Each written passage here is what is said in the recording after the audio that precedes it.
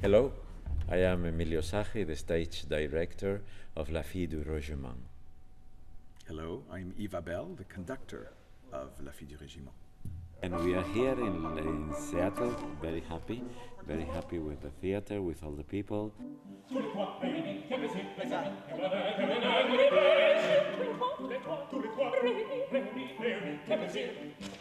It's always a pleasure to come here. This is an incredibly well-run company, and the artistic standards are of the highest level. I worked with a chorus last night for the first time, and I thought they were fantastic for an opera in which they have a lot to do. Yeah.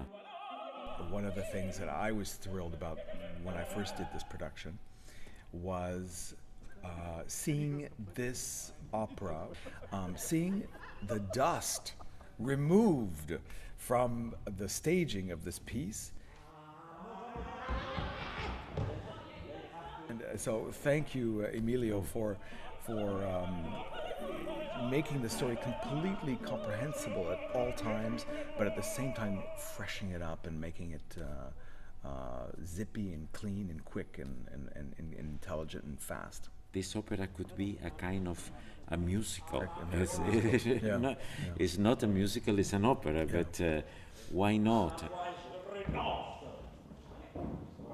From my point of view, that it's my job to try to also clean up the dust on this production, on this music, on this score, and to try to find the genuine French spirit of this music, as well as the sort of irony behind every text line and every musical line. In fact, there's very few operas that I find that are not completely tied to what happens on stage.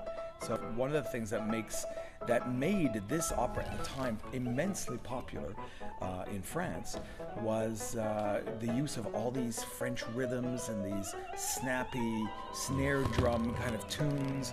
And I must say, the military tunes in this opera are of the highest level. I mean, the music is so catchy, so brilliantly composed, and so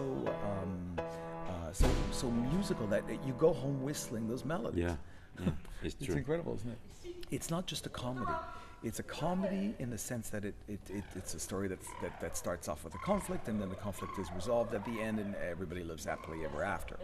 And there's a lot of funny moments through it, but at the same time, what is great about this opera is the balance between that comic side and the very, very deep human, tragic feelings of the soprano, for one, and of the tenor as well, when they are unable to basically be allowed to fall in love.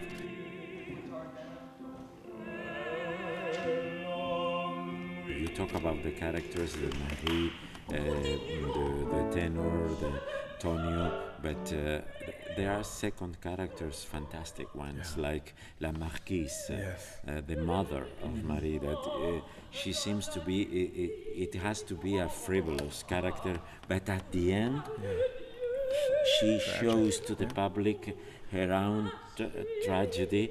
That's because she was a big lady, a noble lady. She couldn't do the things that the heart counsel her. I don't know if you know what it's like to know that you have a hit, and you want people to come so badly that you run out into the streets and grab anybody you find and tell them, "Get in here right now, because you're going to see a great show." Well, that's the way we feel, right? Of course.